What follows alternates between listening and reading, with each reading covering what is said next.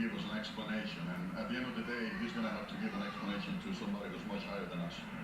Thank you very much. Commissioner Tony Ortiz, he's about to go into the news conference where they're going to be discussing how they arrested.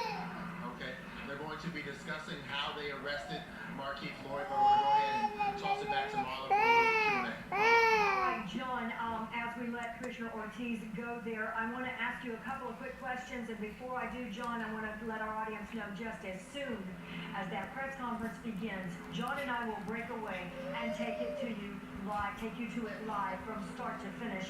And let me, John, clear up one thing right here, or just give the audience some information right here. Yes, that was a Johnson's Record Service tow truck driver who was just about in tears a minute ago, John, because as I understand it, Johnson's Record Service has the contract with Orlando Police Department to tow cars for Orlando Police if there is a need for evidence from a car. So this is very personal to them, and we saw him, John.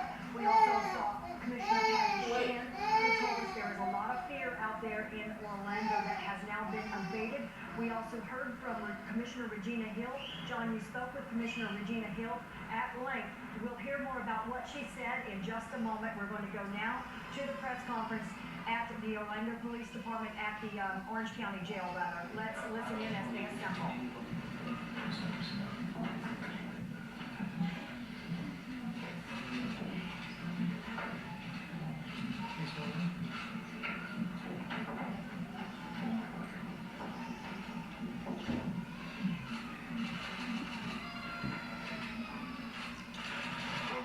As you know, Markeith Floyd has been arrested and is in custody, and we are extremely grateful for that. So we did want to give you some details about the investigation and the arrest.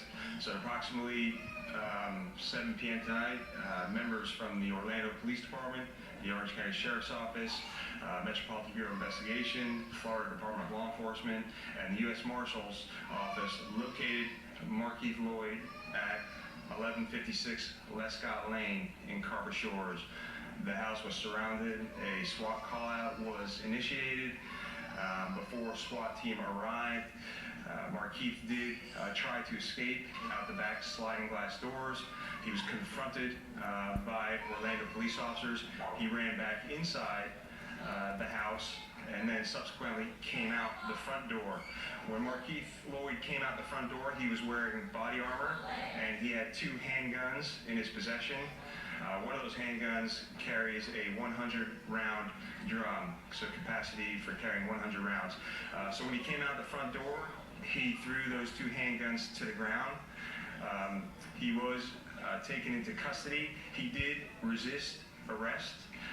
He does have some facial injuries, and Lieutenant Deborah Clayton's handcuffs were placed on him, and he was transported to Orlando Police Headquarters, and he's being treated by the fire department right now, and we're waiting to see if he needs to go to the hospital. The injuries look minor to me. One of the first phone calls I made was to Deborah Clayton's husband, Seth Clayton.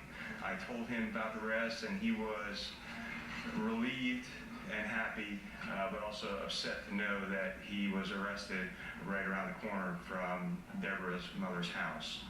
So at this time, I'm going to turn it over to the sheriff to talk about their investigation as well. Let me just start by saying that I do congratulate all of the law enforcement personnel who were involved in the effort to bring this individual into custody.